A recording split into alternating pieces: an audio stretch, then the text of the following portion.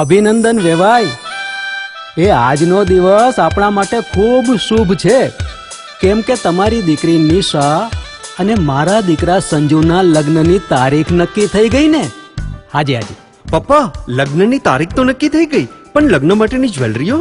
સંજુ બેટા, તારા દાદાજીના વખતથી ચોકસી હીરાલાલ મકનજીની જૂની પેઢી છે ને, એની સાથે આપણો વર્ષો જૂનો ઘરોબો છે, જે અત્યારે જય ભવાની જ્વેલર્સના નામે ફેમસ છે બેટા. જય ભવાની જ્વેલર્સ મતલબ ચોકસી બજાર જુનાગઢ? તમે પણ જય ભવાની જ્વેલર્સ સાથે? અમે ભલે રાજકોટના હોઈએ, પરંતુ જય ભવાની જ્વેલર્સ સાથે અમારો પરિવાર પણ વર્ષોથી સંકળાયેલો છે, જ્યાં છેતરાવાની કોઈ શક્યતા જ નથી. આને કહેવાય સોનામાં સુગંધ ભળી. વાવ બેટા, ચાલો આપણે સૌ જઈએ જય ભવાની જ્વેલર્સના શોરૂમ પર. તમે લોકો જઈ આવો, હું રસોઈ બનાવી રાખું. લક્ષ્મી, આપણા દીકરાના લગ્નમાં થોડા દાગીના તારા માટે થઈ જાય. હે ચાલો મમ્મી. ચાલો ચાલ બેટા.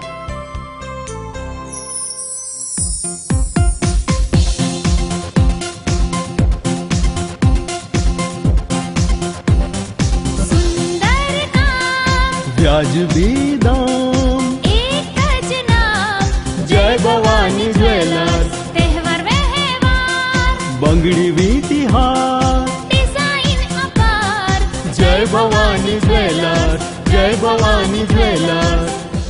એક્સક્લુઝિવ દાગીના ખરીદવા માટે વિશ્વાસપાત્ર એક જ નામ, જય ભવાની જ્વેલર્સ, ચોકસી બજાર, જુનાગઢ.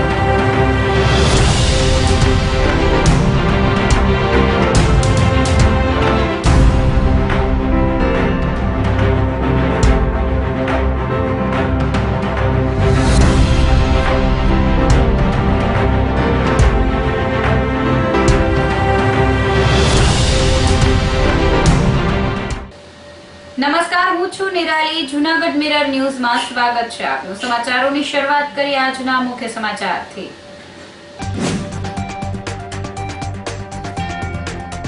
જૂનાગઢમાં ગરીબો સાથે બિલ્ડરની છેતરપિંડી.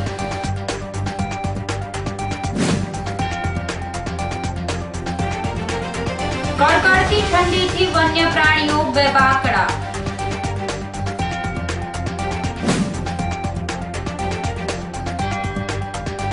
જૂનાગઢ ઝૂમાં માદા વરુએ આપ્યો 5 બચ્ચાને જન્મ.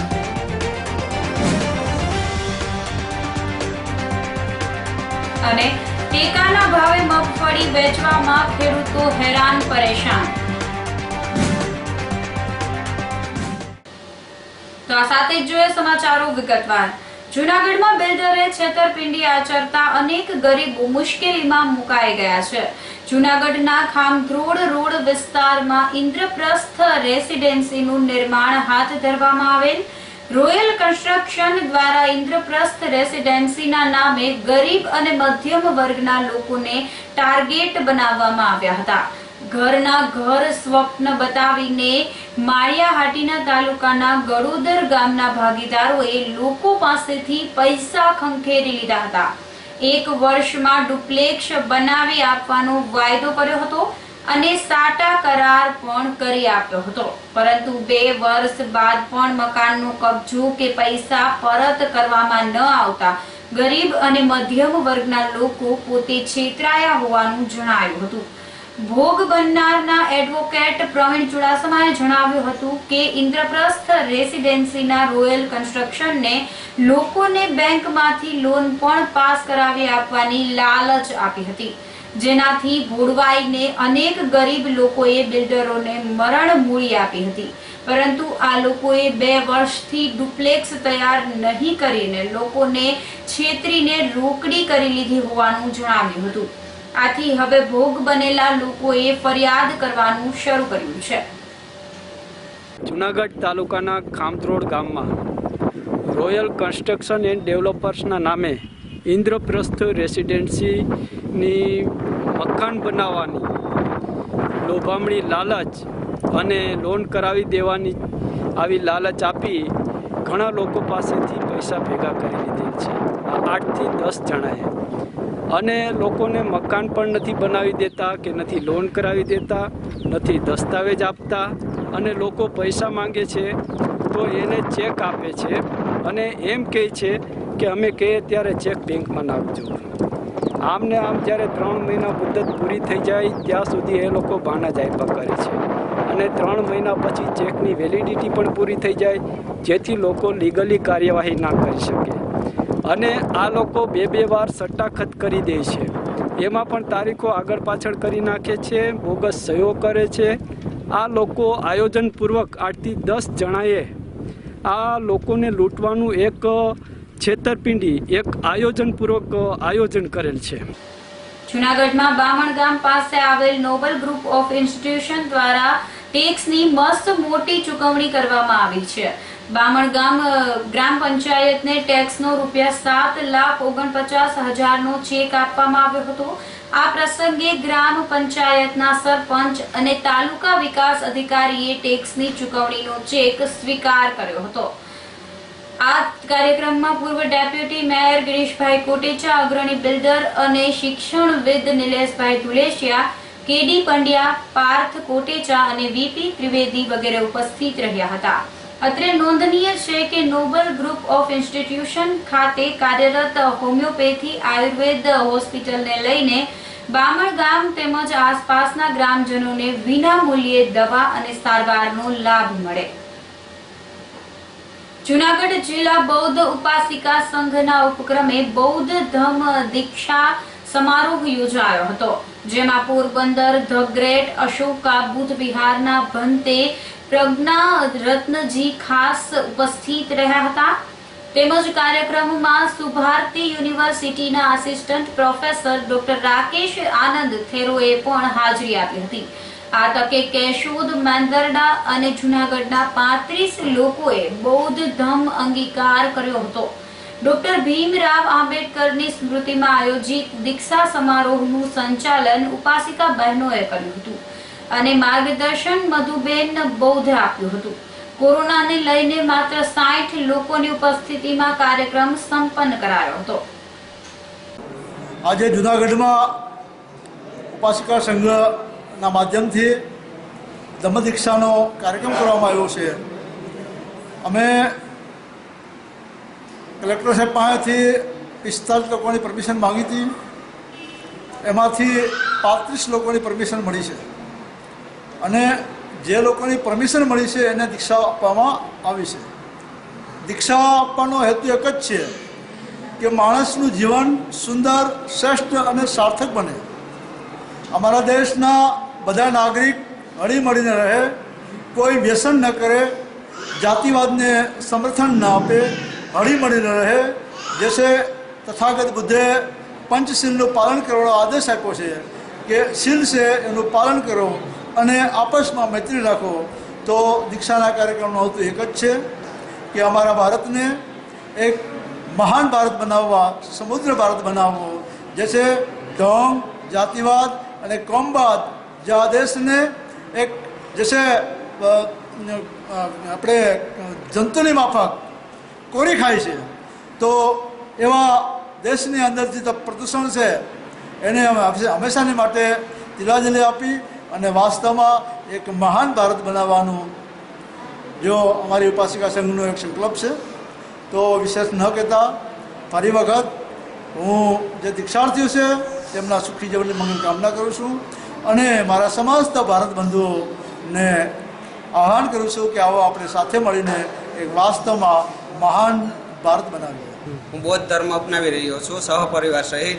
1956ના રોજ બાબા સાહેબે જે બૌદ્ધ ધર્મ અપનાવેલો છે તે અનુસાર, અને મારા સહપરિવાર સહિત અપનાવી રહ્યો છું. અને સમાનતા બંધુત્વ જળવાઈ રહે તે શા માટે આજે ધર્મ સમાનતા અને બંધુત્વ જળવાઈ રહે તે માટે.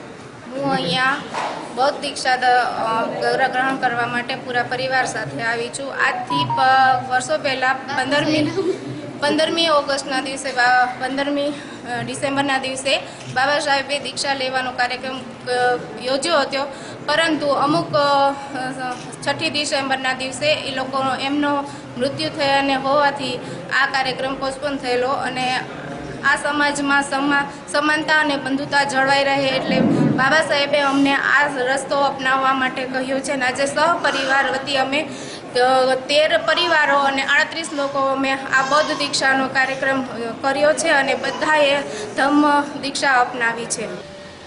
કડકડતી ઠંડીથી લોકો સાથે વન્ય પ્રાણીઓ બેબાકડા થઈ ગયા છે. છેલ્લા 2 દિવસથી લઘુત્તમ તાપમાન સતત ઘટી રહ્યું છે. મંગળવારે જૂનાગઢનું સવારનું તાપમાન 16.2 ડિગ્રી નોંધાયું હતું, પરંતુ બુધવારે તાપમાનનો પારો નીચે ઉતરીને 15.5 ડિગ્રીએ સ્થિર થયો હતો, જેના કારણે તીવ્ર ઠંડી અનુભવાઈ હતી.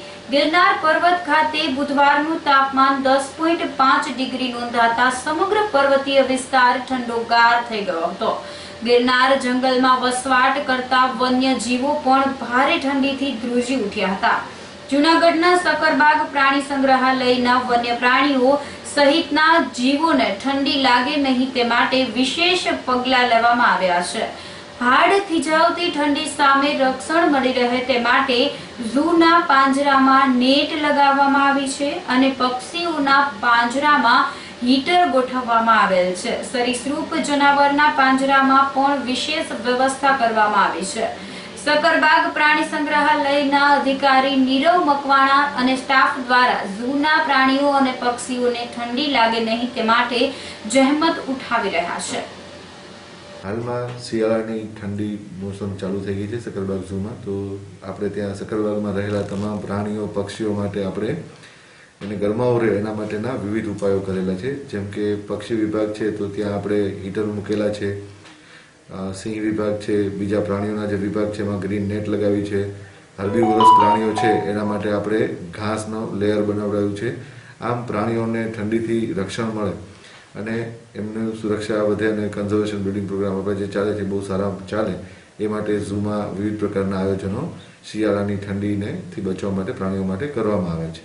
સર, રેપ્ટાઇલ્સ માટે ખાસ શું? રેપ્ટાઇલ્સ માટે આપણે એનું જે સેક્શન છે એમાં માટલાઓની અંદર લેમ્પ લગાવીએ છીએ. અને જે આપણા જૂના લેમ્પ આવતા હતા જે એના લેમ્પની અંદર જે આપણા સોનાના લેમ્પ આવતા હતા ને જેમાં ગરમી વધારે લાગી શકે એના માટે આપણે આખી રાત એમાં ચાલુ રાખીએ છીએ. કારણ કે રેપ્ટાઇલ્સને એવું હોય છે કે જ્યાં સુધી સૂર્યની ગરમી ના મળે ત્યાં સુધી એમનું મેટાબોલિઝમ એક્ટિવ થતું હોતું નથી. એથી આપણે એને માટલાઓની અંદર લેમ્પ એમાં ખુલ્લા બી એના લેમ્પ રાખ્યા છે. અને મગરવાળો સેક્શન છે એમાં મગર છે એ સન બાસ્કિંગ કરે જ છે. એ દિવસના ટાઈમ દરમિયાન એ સન બાસ્કિંગ કરતી રહે છે. આ પ્રમાણેની વ્યવસ્થા આપણે ગોઠવી છે. ખોરાકમાં શું ચેન્જીસ હોય છે? શિયાળામાં જનરલી વન્ય પ્રાણી હોય છે એમાં ખોરાકમાં થોડો આપણે વધારો કરીએ છીએ. જેમ કે લીલો ઘાસચારો છે તો એની આપણે ક્વોન્ટિટી થોડી વધારી આપીએ છીએ.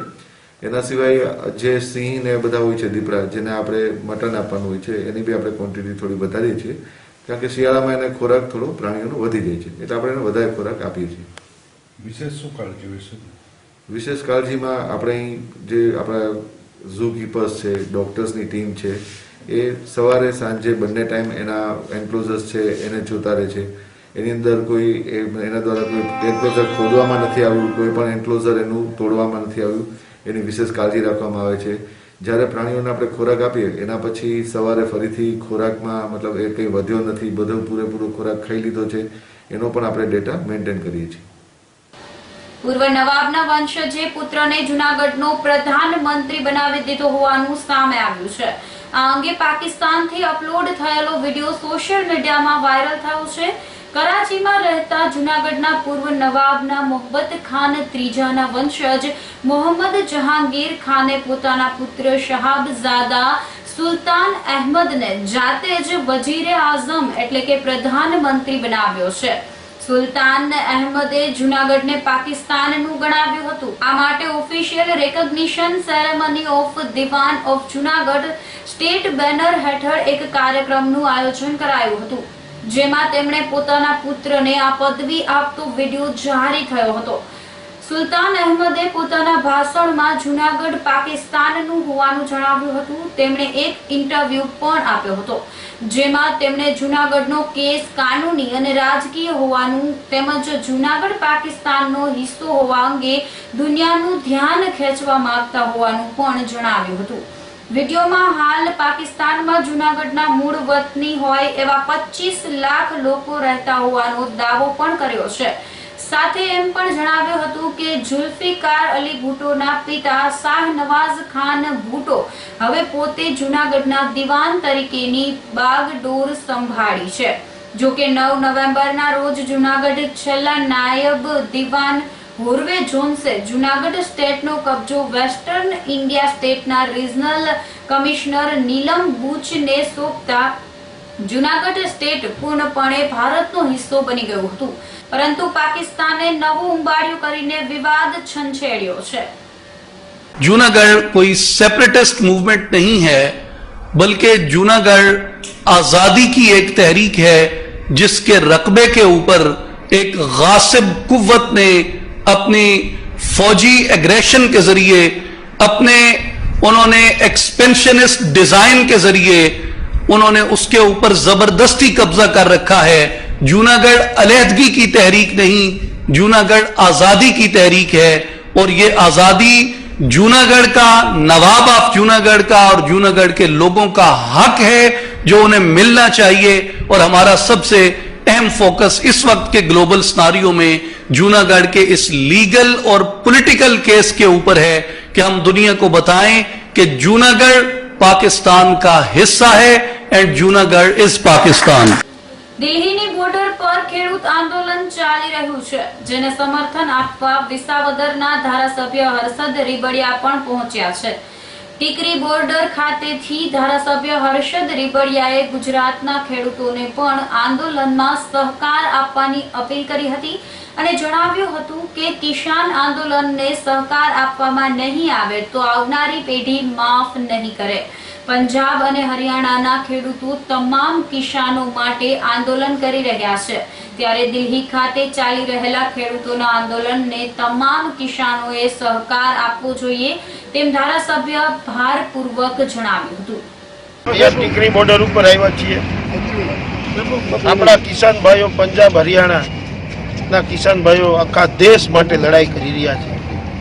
અહીંયા આવીને જોયું અમે તો આપણું હૃદય દ્રવી જાય કે આવી એટલી બધી ઠંડી છે. અહીંયા ઠંડીમાં બહેનો બાળકો સાથે અહીંયા 20 દિવસથી મારા કિસાન ભાઈઓ નરેન્દ્ર મોદીના કાળા કાયદા, કાલા કાનૂન, કૃષિ વિરોધી જે કાયદો લાવ્યા છે એ કાયદો રદ કરાવવા માટે અહીંયા બેઠા છે. ત્યારે હું સમગ્ર ગુજરાતના કિસાન ભાઈઓને કહેવા માંગુ છું કે આપણે ખેડૂતના દીકરા છીએ. અહીંયા આપણે જોઈએ 20 દિવસથી આપણા જ ખેડૂત ભાઈઓ આપણા માટે લડાઈ કરે છે. એક આ પહેલી વાર એવું કિસાનો માટે ક્રાંતિ લાવ્યા છે. હું કિસાનોના દીકરાઓને વિનંતી કરું છું કે આવનારી પેઢી આપણને માફ નહીં કરે જો આપણે આનો આંદોલનમાં ભાગ સહયોગ નહીં આપીએ. આવનારી પેઢી આપણને પૂછશે, બાપા તમને ખબર હતી કે આપણા કિસાનો ક્રાંતિ લાવવાના હતા કાળા કાયદાની સામે, આ હિટલરશાહી શાસનની સામે આંદોલન કરી રહ્યા છે, તમે કેમ ત્યાં પહોંચ્યા નહીં? માટે મારે સમગ્ર ગુજરાતના ખેડૂતો, સમગ્ર દેશના ખેડૂતોને ખેડૂતના દીકરા તરીકે હું વિનંતી કરું છું, તમે તમામ રાજનીતિ પક્ષ ભૂલીને ખેડૂતને સહયોગ કરો.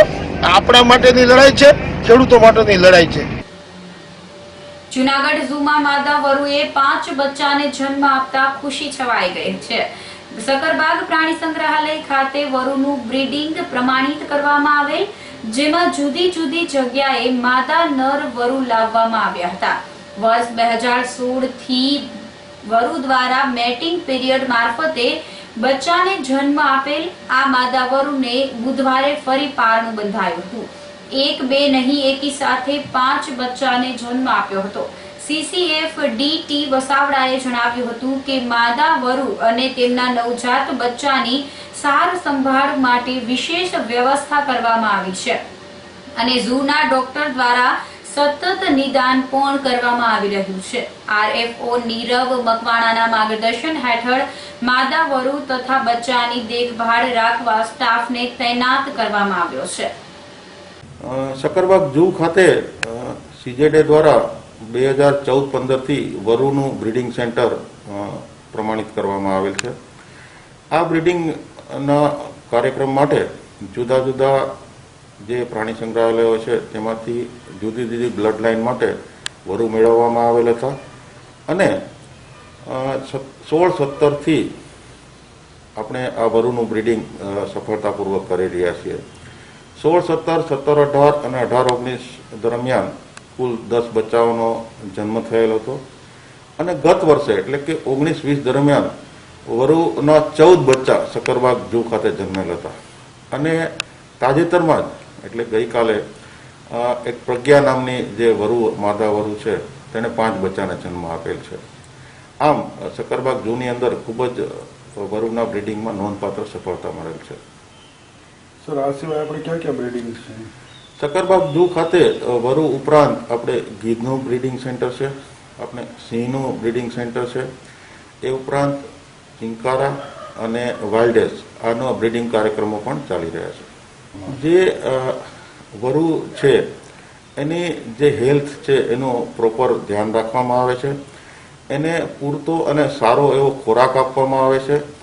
જે મેટિંગ માટે નર અને માદા વરુને આપણે જે એકાંત જોઈએ, એકાંત અને કુદરતી વાતાવરણ પૂરું પાડવામાં આવે છે અને માદા વરુ ગર્ભવતી થતાં ડોક્ટર દ્વારા સતત તેનું મોનિટરિંગ કરવામાં આવે છે.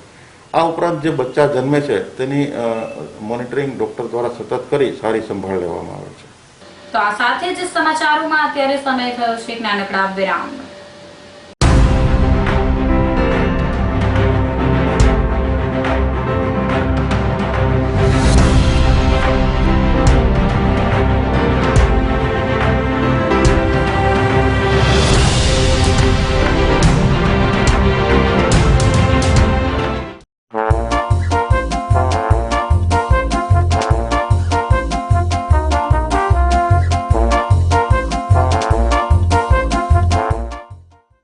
અભિનંદન વેવાઈ, એ આજનો દિવસ આપણા માટે ખૂબ શુભ છે કેમ કે તમારી દીકરી નિશા અને મારા દીકરા સંજુના લગ્નની તારીખ નક્કી થઈ ગઈ ને.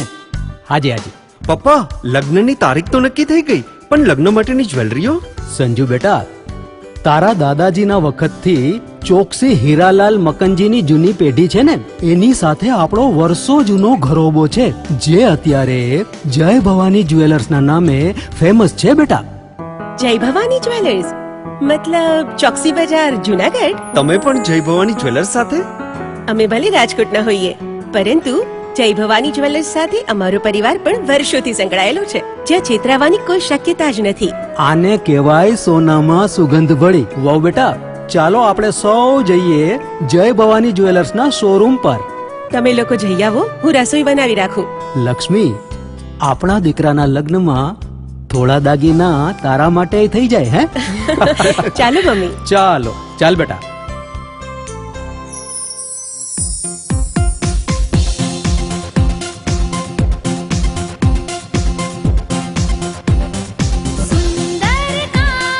વ્યાજબી દામ, एक જ नाम જય ભવાની જ્વેલર્સ. तहेवार व्यवहार બંગડી વીટી હાર, डिजाइन अपार જય ભવાની જ્વેલર્સ, જય ભવાની જ્વેલર્સ. એક્સક્લુઝિવ દાગીના ખરીદવા માટે વિશ્વાસપાત્ર એક જ નામ, જય ભવાની જ્વેલર્સ, ચોકસી બજાર, જુનાગઢ. છેલ્લા 45 વર્ષથી ગ્રાહક મિત્રોના વિશ્વાસને જાળવી રાખતું સૌરાષ્ટ્રનો નામાંકિત ફર્નિચર મોલ એટલે ન્યૂ નોવેલ્ટી ફર્નિચર. 35,000 સ્ક્વેર ફૂટના વિશાળ એરિયામાં ફર્નિચરનો અદ્યતન ડિસ્પ્લે ધરાવતું શોરૂમ એટલે new novelty furniture. Quality Indian furniture, office furniture તથા ગાર્ડન ફર્નિચરની એકદમ નવી જ રેન્જ, હોફ બ્રાન્ડની રિવોલ્વિંગ ચેર્સ તથા ભારતભરમાં પ્રખ્યાત કરલોન મેટ્રેસીસનું લાઈવ ડિસ્પ્લે, ઘર તથા ઓફિસના ઇન્ટિરિયર માટે wallpaper, wooden flooring, curtain, showpiece, carpet, aluminium Windows અને ફ્લાવર્સની અદ્ભુત રેન્જ, 2 BHK તથા 3 BHK ફર્નિચરના સ્પેશિયલ પેકેજ. અમારી એક મુલાકાત આપના માટે બની રહેશે સંભારનું. ન્યૂ નોવેલ્ટી ફર્નિચર, વાડલા ફાટક, જુનાગઢ. Mobile number 90 999 48 604.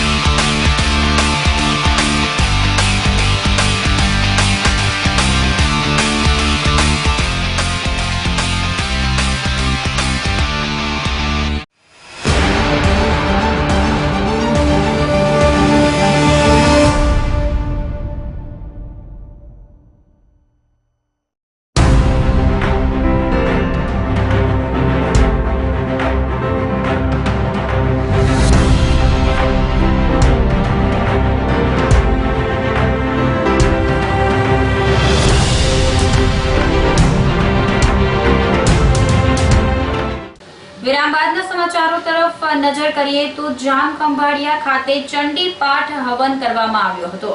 બુદ્ધભટ્ટી પરિવાર દ્વારા જામ ખંભાળિયા ખાતે બિરાજતા સુરાપુરાના સાનિધ્યે હવનનું આયોજન કરવામાં આવ્યું હતું. સુરાપુરા દાદાની તિથિ નિમિત્તે ચંડી પાઠ હવનના આયોજનથી વાતાવરણ ધર્મમય બની ગયું હતું.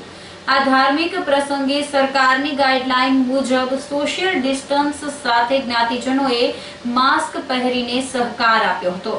ચંડી પાઠ હવનની સફળતા માટે ખંભાળિયા નિવાસી પરેશભાઈ બુદ્ધભટ્ટીના સહિતના સેવાભાવીઓએ તન મન ધનથી જહેમત ઉઠાવી હતી. જૂનાગઢના પરેશભાઈ બુદ્ધભટ્ટીએ પણ પોતાનું યોગદાન આપ્યું હતું. ભાયાવદર ખાતે ફિલ્ટર પ્લાન્ટનું ખાતમુહૂર્ત કરવામાં આવ્યું હતું. ઉપલેટા તાલુકાના ભાયાવદરની જનતાને વર્ષોથી કેનાલ મારફતે પીવાનું પાણી આપવામાં આવે છે. કેનાલમાં ડેમનું પડતર પાણી પણ છોડવામાં આવતું હોય તેથી ભાયાવદરના લોકોના આરોગ્ય પર સતત જોખમ તોડાયેલું રહેતું હતું.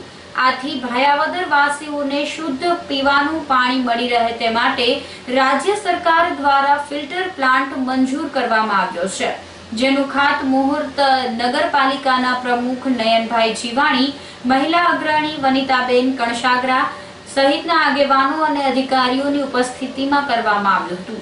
ફિલ્ટર પ્લાન્ટનું કામ શરૂ થતા ટૂંક સમયમાં ભાયાવદરના લોકોને ઘરે ઘરે પીવાનું ચોખ્ખું પાણી મળી રહેશે. આજે ડેમે ફિલ્ટર પ્લાન્ટનું ઉદ્ઘાટન માટે અમે બહેનો આવેલા છીએ અને બહેનોના હાથે ફિલ્ટર પ્લાન્ટનું ઉદ્ઘાટન કરેલ છે. નગરપાલિકાએ ભાયાવદરની જનતાને ચોખ્ખું અને સ્વચ્છ પાણી મળે અને લોકોનું આરોગ્ય જળવાઈ રહે એટલા માટે સરકારમાંથી સ્પેશિયલ ગ્રાન્ટ ફિલ્ટર પ્લાન્ટ માટે મંજૂર કરાવીને આજ રોજ ઉદ્ઘાટન કરેલું છે અને ટૂંક સમયમાં એ પ્લાન્ટ કાર્યરત થઈ જશે અને ભાયાવદરની જનતાને સ્વચ્છ અને શુદ્ધ પાણી વર્ષો પછી મળશે. અત્યાર સુધી જે પાણી આવતું હતું એ ચોખ્ખું નહોતું, ડોળું ગંદુ એવું પાણીથી ચલાવ્યું છે અત્યાર સુધી જનતાએ, પણ હવે ટૂંક સમયમાં જનતાને ગામના લોકોને શુદ્ધ અને સ્વચ્છ પાણી મળશે અને એના આરોગ્ય જળવાઈ રહેશે. આ બધી હું ભાયાવદર નગરપાલિકાનો ખૂબ ખૂબ આભાર માનું છું ભાયાવદરની જનતા તરફથી. આજે છેલ્લા ઘણા વર્ષોથી આ ભાયાવદરની જનતાને કેનાલ મારફતે પડતર પાણી અપાતું હતું. જ્યારે ભાયાવદર નગરપાલિકાની અંદર જ્યારથી કોંગ્રેસ પક્ષની અમારી બોડી આવી ત્યારથી અમારો એક જ ધ્યેય હતો કે ભાયાવદરની જનતાને અમારે શુદ્ધ પાણી પાવું છે ફિલ્ટરવાળું. ત્યારે સરકારશ્રીમાં રજૂઆત કરી અને સરકાર પાસેથી જે ભાયાવદરને મળવાપાત્ર ગ્રાન્ટ હોય એમાંથી નહીં અને વધારાની ગ્રાન્ટ સરકારશ્રીમાંથી મંજૂર કરાવી અને ભાયાવદરની જનતા માટે અમે આજે ફિલ્ટરનું કાર્ય કરવામાં સફળ થયા છીએ. સરકારશ્રીએ પણ અમારી માગણી વ્યાજબી ગણી અને મંજૂર કરેલી છે ત્યારે આજ રોજ ભાયાવદર શહેરની તમામ વિસ્તારની બહેનો કે ભાયાવદર શહેરના દરેક વોર્ડની અંદર એની મુખ્ય બહેનો સાથે અને આજે કોરોના વાયરસને લઈ અને જે મહામારી છે એટલે સોશિયલ ડિસ્ટન્સ પણ જાળવી એટલે આજે બહેનોના હાથે ખાતમુહૂર્ત કરેલ છે અને આ કાર્યક્રમની અંદર ભાયાવદર નગરપાલિકાની ટીમમાં પાણી પુરવઠાના ચેરમેન અનિલભાઈ રાડિયા, પૂર્વ પ્રમુખ, નગરપાલિકા કારોબારીના અધ્યક્ષ મહમદભાઈ પટા, નગરપાલિકાના પ્રમુખ, ઉપપ્રમુખ, નગરપાલિકાના સદસ્યોની હાજરીમાં આજે આ જગ્યા ઉપર ખાતમુહૂર્ત કરી અને કામનું ફિલ્ટર કામ કે જે ભાયાવદરની જનતાને વહેલામાં વહેલી તકે શુદ્ધ અને ચોખ્ખું પાણી મળે, જનતાનું આરોગ્ય જળવાઈ રહે તેવા હેતુથી આજે ખાતમુહૂર્ત કરી અને ભાયાવદરની જનતાને શુદ્ધ પાણી આપવાનો પ્રયત્ન કરેલ છે. ટૂંક સમયની અંદર જ આ પ્લાન અમારો ફિલ્ટર પ્લાનનો કાર્યરત થઈ જશે તો આવતા 5 થી 5.5 મહિનાની અંદર ભાયાવદરની જનતાને ડબલ ફિલ્ટર પાણી, એક તો કુદરતી રીતે કૂવામાંથી ફિલ્ટર થયેલું પાણી પાછા ફિલ્ટરની અંદર શુદ્ધ થઈ અને શહેરની જનતાને શુદ્ધ પાણી મળી રહેશે. ટેકાના ભાવે મગફળી વેચવામાં ખેડૂતો હેરાન પરેશાન થઈ રહ્યા છે. સરકાર દ્વારા જૂનાગઢ સહિતના જિલ્લાઓમાં ટેકાના ભાવે મગફળી ખરીદવાનું શરૂ કરાયું છે, પરંતુ અધૂરા ડોક્યુમેન્ટને કારણે મગફળી ખરીદી અટકી પડી છે. જૂનાગઢ જિલ્લામાં 52,000 ખેડૂતોનું રજીસ્ટ્રેશન થયું હતું, પરંતુ 10,000 જેટલા ખેડૂતોના ડોક્યુમેન્ટ અધૂરા હોવાનું સામે આવ્યું છે. નાગરિક પુરવઠા નિગમના ગોડાઉન મેનેજર કેતુલ પટેલે જણાવ્યું હતું કે મગફળી સરકારને વેચાણ કરવા માટે ખેડૂતોએ VCE મારફત રજીસ્ટ્રેશન કરાવ્યું છે, પરંતુ કેટલાક ધરતીપુત્રો પાસેથી પૂરતા દસ્તાવેજો મેળવ્યા વગર ખોટા દસ્તાવેજો અપલોડ કરીને રજીસ્ટ્રેશન થયું હોવાનું નિગમના ધ્યાને આવેલ છે. આથી રજીસ્ટ્રેશન થયેલા ખેડૂતોના અપલોડ થયેલા ડોક્યુમેન્ટનું વેરિફિકેશન કરવામાં આવ્યું હતું, જેમાં અનેક ક્ષતિઓ બહાર આવી છે. આવી સ્થિતિ ગીર સોમનાથ જિલ્લાના કેટલાક ખેડૂતોની હોવાનું જાણવા મળ્યું છે. બીજી તરફ પેમેન્ટ પણ અટકતા ધરતીપુત્રોની હાલત વધુ કફોડી થઈ ગઈ છે. આથી સત્વરે ઘટતું કરવામાં આવે તેવી માંગણી ધરતીપુત્રોએ કરી છે. ટેકાના ભાવે મગફળી ખરીદી ચાલુ છે. એની અંદર ખેડૂતોને VC દ્વારા રજીસ્ટ્રેશન થઈ ગયેલા મગફળી ખરીદી બાબતે આજે SMS મળતા નથી. ખેડૂતો હેરાન થાય છે. એનું કારણ એક બહાર આવ્યું છે કે એમાં ડોક્યુમેન્ટ ઘટે છે, પરંતુ વેરિફિકેશનની જે વાત આવે છે તો VC દ્વારા જે કંઈ ડોક્યુમેન્ટો રજૂ થયા છે અને એને આધારે રજીસ્ટ્રેશન થયા છે. ખેડૂતોની મગફળી લેવાવી જોઈએ. માત્ર અમુક સમય જ બાકી છે ખરીદીના કેન્દ્રોના તો ખોલવા રાખવાના માટે. તો સરકારને અમારી ચેતવણી છે કે ખેડૂતોના જે કંઈ રજીસ્ટ્રેશન થયા છે એની મગફળી ખરીદાવી જોઈએ, એનું પેમેન્ટ પણ આપવું જોઈએ. 25 કિલોની બેગવાળા જે ખેડૂતોની ખરીદાયેલી મગફળીનું પેમેન્ટ તાત્કાલિક ચૂકવવું જોઈએ. આજે સરકાર વાત કરે છે કે એ પેમેન્ટ નથી ચૂકવાતું, એટલે ખેડૂતોને હેરાન કરવાની વાત છે. તાત્કાલિક અસરથી ખેડૂતોની મગફળી ખરીદાયેલા પેમેન્ટ ચૂકવવા અને જે કંઈ ભ્રષ્ટાચાર થાય છે એની ઉપર કાબૂ આવવો જોઈએ. ખેડૂતોના નામે અનેક ઘણો ભ્રષ્ટાચાર થાય છે. ભારતીય કિસાન સંઘની ચેતવણી છે કે આવતા દિવસોની અંદર આનો સુધારો લાવવો જોઈએ અને ખેડૂતોને પેમેન્ટ મળવું જોઈએ. રજીસ્ટ્રેશન થઈ ગયેલી ખેડૂતોની તમામ મગફળી ખરીદવી જોઈએ તેવી ભારતીય કિસાન સંઘની માંગણી છે. રાજકોટ જિલ્લાના વીરપુર તાલુકામાં હત્યાનો સનસનીખેજ બનાવ સામે આવ્યો છે. ભાણેજના મામી સાથેના પ્રેમ સંબંધનો કરુણ અંજામ આવ્યો હતો. કેરાડી ગામની સીમમાં એક કૂવામાંથી એક યુવકની લાશ મળી આવી હતી. પ્રાથમિક તબક્કે પોલીસે અકસ્માત મોતનો ગુનો નોંધીને તપાસ હાથ ધરી હતી, પરંતુ પોલીસ તપાસમાં હત્યા થઈ હોવાનું બહાર આવ્યું હતું. ભરૂચ જિલ્લાના રહીશ નિલેશ રણછોડ વસાવા અને તેની પત્ની કૈલાસ કેરાડી ગામના વજુભાઈ બાલધાની વાડીએ ખેત મજૂરી કરતા હતા. 22 નવેમ્બરે નિલેશ તેના ઘરેથી ગુમ થયેલ. આ અંગે પત્ની કૈલાશે વીરપુર પોલીસને જાણ કરી હતી. પોલીસ તપાસમાં નિલેશની લાશ નજીકના કૂવામાંથી મળી આવી હતી. પોલીસે મૃતકના મોબાઈલના કોલ ડિટેલ ઉપરથી તપાસ કરતા નિલેશની હત્યા તેના કૌટુંબિક મામા વિનુદીપસિંહ વસાવાએ કરી હોવાનું જણાયું હતું અને તેની પોલીસે ધરપકડ કરી હતી. વધુ તપાસમાં વિનુની પત્ની સાથે મરનાર નિલેશને પ્રેમ સંબંધ હતો. આથી કૌટુંબિક મામો વિનુએ ભાણેજ નિલેશને મોતને ઘાટ ઉતારી દીધો હતો.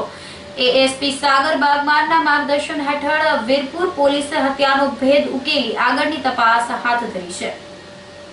થોડા દિવસ પહેલા એક ડેડ બોડી કૂવામાંથી મળેલું હતું. આખી ઘટના શું હતી અને હાલ એ 302માં એક હત્યામાં એ ઘટના છે પરિવર્તિત થઈ. આખી ઘટના શું હતી, ક્યાંથી એ ડેડ બોડી મળેલું હતું, કોનું ડેડ બોડી હતું અને શું ઘટના શું હતી સાહેબ? વીરપુર પોલીસ સ્ટેશનમાં 29 નવેમ્બર 2020ના દિવસે એક એડી જાહેર થઈ હતી અને આ એડીમાં એવું હતું કે કેરાડી ગામના સીમમાં ત્યાં એક કૂવામાં એક વ્યક્તિ મૃત્યુ થઈ ગયેલ હતી. એ વ્યક્તિ ત્યાં કૂવામાં પડી ગયેલી એવી જાહેર થયેલ હતી કે વ્યક્તિના કૂવામાં પડેલ મૃત્યુ થઈ હતી. આ એડી દાખલ થઈ એના પછી એડીની તપાસ કરવામાં આવી અને આ તપાસ દરમિયાન પોલીસ તપાસમાં એવું નીકળ્યું કે આ વ્યક્તિને ખરેખર હત્યા થઈ હતી અને એની સાથે જો વ્યક્તિ હતો જેનું નામ છે વિનુભાઈ દીપસિંહ વસાવા, એને ત્યાં કૂવામાં ધક્કો મારીને એને કૂવામાં નાખી દીધો હતો અને આ જો વારદાત છે અંજામ આપી એનો જો પ્લાનિંગ હતો એવું હતો કે એ બંને ભેગા હતા વારદાતની પહેલા અને બંને પછી દારૂનું સેવન કરીને એને પછી ત્યાં કૂવાને પાસે લઈ ગયેલ અને ત્યાં એને મારામારી કરીને એને ત્યાં કૂવામાં નાખી દીધેલો હતો. એવું શું બન્યું હતું કે તેમને લઈને તેમને કૂવા પાસે લઈ ગયા, દારૂ પીવડાવ્યો અને પછી એમને કૂવામાં ધક્કો મારીને એનું હત્યા કરવામાં આવી? એવી શું શા કારણે હત્યા કરવામાં આવી? હત્યાનું કારણ એવું છે કે જો આરોપી છે વિનુભાઈ દીપસિંહ વસાવા, એની વાઇફ સાથે જો મરણ જનાર છે એના પ્રેમ સંબંધ હતા જેનો ખાર રાખીને આ વારદાત અંજામ આપવામાં આવી છે. આ મરણ જનાર છે એ દીપસિંહ છે, એમને અને એની વાઇફને સંબંધ હતો. આ મરણ જનાર કોણ છે, ક્યાંનો છે, ક્યાંનો રહેવાસી છે, તેઓ અહીંયા વીરપુરના કેરાડી ગામે શું કરતા હતા અને તેમને જે હત્યારો છે દીપસિંહ છે એમને પત્ની સાથે શું સંબંધ શું હતા અને શા કારણે આ બધું થયું? જો મરણ જનાર છે એનું નામ નિલેશભાઈ રણછોડ વસાવા છે અને મૂળ ભરૂચ ડિસ્ટ્રિક્ટના છે અને અહીંયા કેરાડી ગામમાં ખેત મજૂરી કામ કરતા હતા. તો એવું શું બન્યું સાહેબ કે જેમને લઈને દીપસિંહ નિલેશની હત્યા કરી? એમની પત્ની સાથે શું સંબંધો હતા? એમાં જો આરોપી છે વિનુભાઈ દીપસિંહ વસાવા, એને થોડા ટાઈમ પહેલા જો એને ખબર પડી કે એને જો વાઇફ જો છે એની સાથે જો મરણ જનાર છે એના બંનેના પ્રેમ સંબંધ છે, એને જ ખાર રાખીને એને જો મારવામાં આવ્યો છે. જુનાગઢ ક્રાઇમ બ્રાન્ચે 33 મોબાઈલ અને એક બાઇકની ચોરી કરનાર તસ્કર બેલડીની ધરપકડ કરી હતી. એસપી રવિ તેજા વાસમ શેટ્ટીની સૂચનાથી એલસીબીના ઇન્ચાર્જ પીઆઈ એચઆઈ ભાટી અને પીએસઆઈ ડીજી બળવા વગેરેએ દીપક ઉર્ફે કાનો નાથાલાલ રાઠોડ અને વિક્રમ ઉર્ફે ઇટલી મનુભાઈ મકાની ધરપકડ કરી હતી. કેશોદ વિસ્તારના આ શખ્સો પાસેથી પોલીસે 33 મોબાઈલ અને મોટરસાયકલ કબજે કર્યું હતું. આ શખ્સોએ દીવ, ચોટીલા અને રાજકોટ જિલ્લામાંથી મોબાઈલ ફોન અને અંજાર ખાતેથી બાઇક ચોરી કરી હોવાનું કબૂલ્યું હતું. ક્રાઇમ બ્રાન્ચે આગળની તપાસ માટે તસ્કર બેલડીને સંબંધિત પોલીસને સોંપી આપ્યા હતા. ઉપલેટા ખાતે ભારત ભ્રમણ પદયાત્રાનું ભવ્ય સ્વાગત કરાયું હતું. ભગવાન શ્રી કૃષ્ણની પવિત્ર ભૂમિ દ્વારકાથી 1994ની સાલમાં પ્રથમ વખત સંપૂર્ણ ભારત ભ્રમણ પદયાત્રા યોજાયેલ. ભારતમાં તમામ તીર્થ સ્થળોનું ભ્રમણ કરી ચૂકેલી ઇસ્કોન આયોજિત પદયાત્રા ફરી એક વખત યોજાઈ છે. આ પદયાત્રા ઉપલેટા ખાતે આવી પહોંચતા ભાવિક ભક્તજનોએ પદયાત્રાની ભવ્ય આગતા સ્વાગતા કરી હતી. શહેરના વિવિધ વિસ્તારોમાં કૃષ્ણ બલરામના રથને નગરચર્યા કરાવી હતી. વિવિધ માર્ગો પર પદયાત્રાનું લોકોએ સ્વાગત કર્યું હતું. રામ મંદિરના મહંત કિશનદાસજી મહારાજ અને ભક્તોએ આરતી પૂજા अर्चना કરી હતી. ये अंतर्राष्ट्रीय श्री कृष्ण भावनामृत संघ इस्कॉन की ऑल इंडिया पद यात्रा है। ये यात्रा 1984 में द्वारका से प्रारंभ हुई थी, गुजरात द्वारका से। तो ये द्वारका, बद्रीनाथ, जगन्नाथपुरी, रामेश्वरम, मथुरा, वृंदावन, अयोध्या, चित्रकूट, पूरा कन्याकुमारी से कश्मीर तक संपूर्ण भारत भ्रमण करती है। तो 2011 में ये पद यात्रा मार्च महीने के टाइम पे इधर ही जयराम हॉल में हम लोग आए थे। फिर 9 सालों के बाद दोबारा आपके ये उपलेटा शहर में ये पद यात्रा आई है। तो 20-25 भक्त है, बड़े बड़े 6 बैल है, कृष्ण बलराम जी का रथ है और गीता भागवत रामायण इस ग्रंथ इस पद यात्रा के माध्यम से हर एक के पास हम ये पहुंचाने का कार्य कर रहे हैं। और रथ में सभी के लिए प्रसाद वितरण होता है और ये हरिनाम का प्रचार प्रसार होता है। तो ये उपलेटावासी परम सौभाग्यशाली है। आपके नगर में 2 दिन पद यात्रा रुक रही है, आज और कल 2 दिन रहेगा। भजन कीर्तन आरती और सभी के लिए प्रसाद की भी हम लोग व्यवस्था कर रहे हैं। तो यहाँ से हम सोमवार के दिन यहाँ से पोरबंदर की तरफ निकलेंगे, पोरबंदर से फिर द्वारका जा रहे हैं। द्वारका में ये 6वां राउंड 5वां राउंड पूरा हो जाएगा, 6वां राउंड चालू हो जाएगा। फिर 9-10 सालों के बाद ये पद यात्रा आती है। तो ये टाइम पे पद यात्रा आई है। ये स्थानिक भक्त है हमारे, उन्होंने ये बाबलू प्रभु है, आरो प्रभु है, उन्होंने व्यवस्था किया। और विशेष करके जूनागढ़ से हमारे गौर कथा प्रभु है और भक्त लोग आए हैं और जूनागढ़ में बढ़िया स्वागत किया था, इधर भी स्वागत किया। तो सब उपलेटा वाले को हम धन्यवाद देते हैं। तो 2 दिन पद यात्रा यहाँ पे रुकेगी। आप इस पद यात्रा का साधु संतों का आध्यात्मिक संग प्राप्त करिए और आपका मनुष्य जीवन पवित्र बना लीजिए। ગીર પંથકમાં આ વર્ષે કેસર કેરી પર કોરોનાનું ગ્રહણ લાગ્યું છે। ગીર સોમનાથ જિલ્લો અને ખાસ કરીને તાલાલા ગીર કેસર કેરીનો ગઢ માનવામાં આવે છે। મોટા ભાગના આંબાના બગીચાઓમાં સારું એવું ફ્લાવરિંગ આવ્યું હતું, જેના કારણે બાગાયતકારો ખુશીથી ઝૂમી ઉઠ્યા હતા।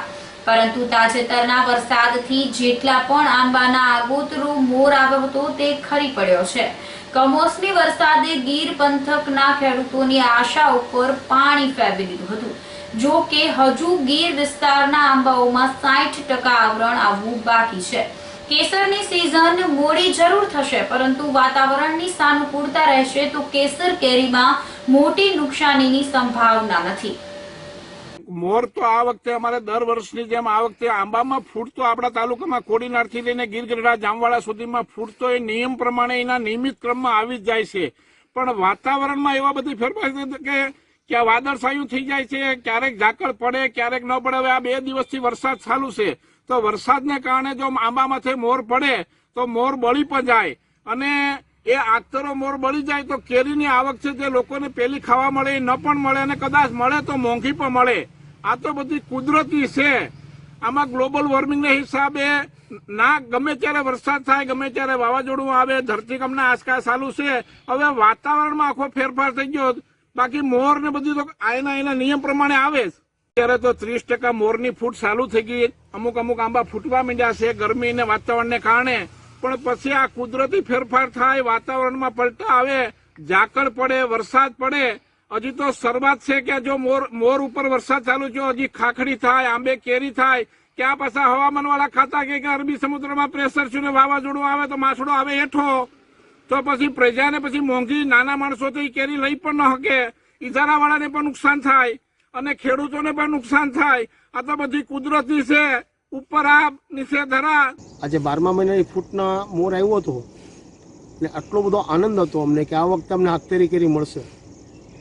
પણ ગઈકાલ રાતના 12 વાગ્યાથી જે વરસાદ થયો અમારું બધું ધોઈ નાખ્યું છે સર। અત્યારે તો શું કરવું ને એ અમે નક્કી કરીએ છીએ। ત્યાં કુદરતનો જ કોપ છે કોઈ। સાહેબ 30-40% મોર આવી ગયો હતો, 60% બાકી હતો। જે આવ્યો હતો એટલે અમને એટલી બધી ખુશી હતી કે આતરી કેરી અમને મળશે સાહેબ। પણ અત્યારે તો એવું કંઈ રહ્યું જ નથી સાહેબ। જો આ કેરી થઈ હોત ને તો બીજા મહિનામાં ખાખડી ખાત ગામ આખું, ને 3જા કે 4થા મહિનામાં કેરી પાકેલી મળશે ગામ આખાને।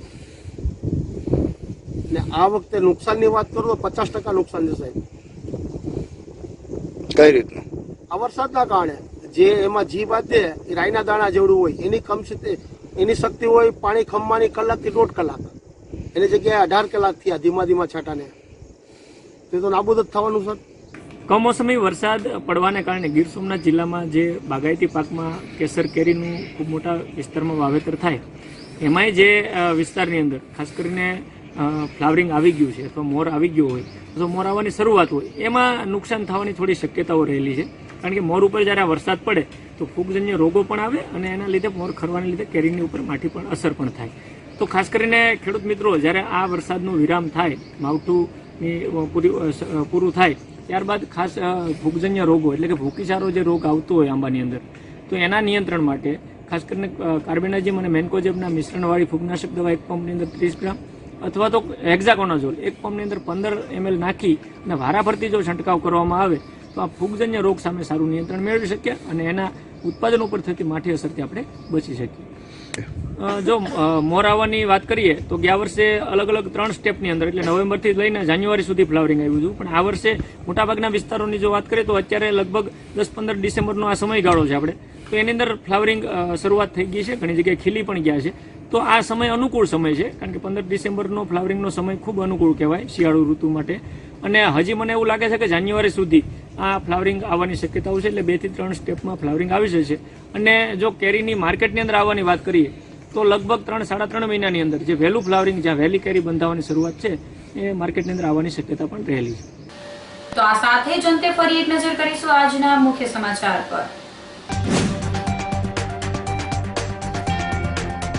જૂનાગઢમાં ગરીબો સાથે બિલ્ડરની છેતરપિંડી.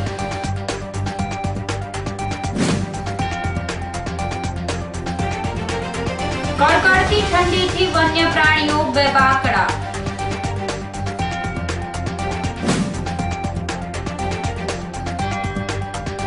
જૂનાગઢ ઝૂમાં માદા વરુએ આપ્યો 5 બચ્ચાને જન્મ.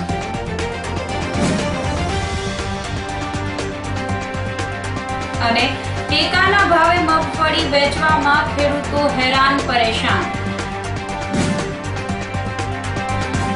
તો અત્યારે બસ આટલું જ. આવતીકાલે ફરી મળીશું. નમસ્કાર.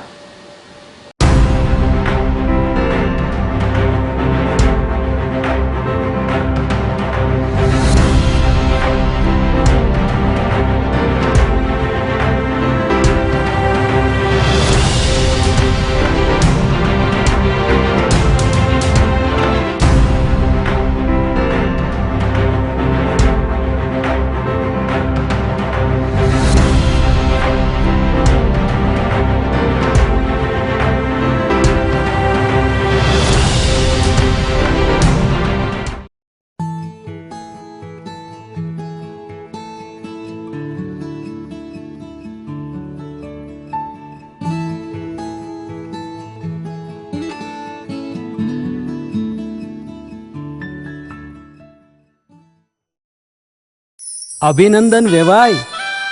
એ આજનો દિવસ આપણા માટે ખૂબ શુભ છે, કેમ કે તમારી દીકરી નિશા અને મારા દીકરા સંજુના લગ્નની તારીખ નક્કી થઈ ગઈ ને. હાજી હાજી પપ્પા, લગ્નની તારીખ તો નક્કી થઈ ગઈ, પણ લગ્ન માટેની જ્વેલરીઓ? સંજુ બેટા, તારા દાદાજીના વખતથી ચોકસી હીરાલાલ મકનજીની જૂની પેઢી છે ને, એની સાથે આપણો વર્ષો જૂનો ઘરોબો છે, જે અત્યારે જય ભવાની જ્વેલર્સના નામે ફેમસ છે બેટા. જય ભવાની જ્વેલર્સ મતલબ ચોકસી બજાર જૂનાગઢ? તમે પણ જય ભવાની જ્વેલર્સ સાથે? અમે ભલે રાજકોટના હોઈએ, પરંતુ જય ભવાની જ્વેલર્સ સાથે અમારો પરિવાર પણ વર્ષોથી સંકળાયેલો છે, જ્યાં છેતરાવાની કોઈ શક્યતા જ નથી. આને કહેવાય સોનામાં સુગંધ ભળી. વાવ બેટા, ચાલો આપણે સૌ જઈએ જય ભવાની જ્વેલર્સના શોરૂમ પર. તમે લોકો જઈ આવો, હું રસોઈ બનાવી રાખું. લક્ષ્મી, આપણા દીકરાના લગ્નમાં થોડા દાગીના તારા માટે થઈ જાય. હે ચાલો મમ્મી. ચાલો ચાલ બેટા.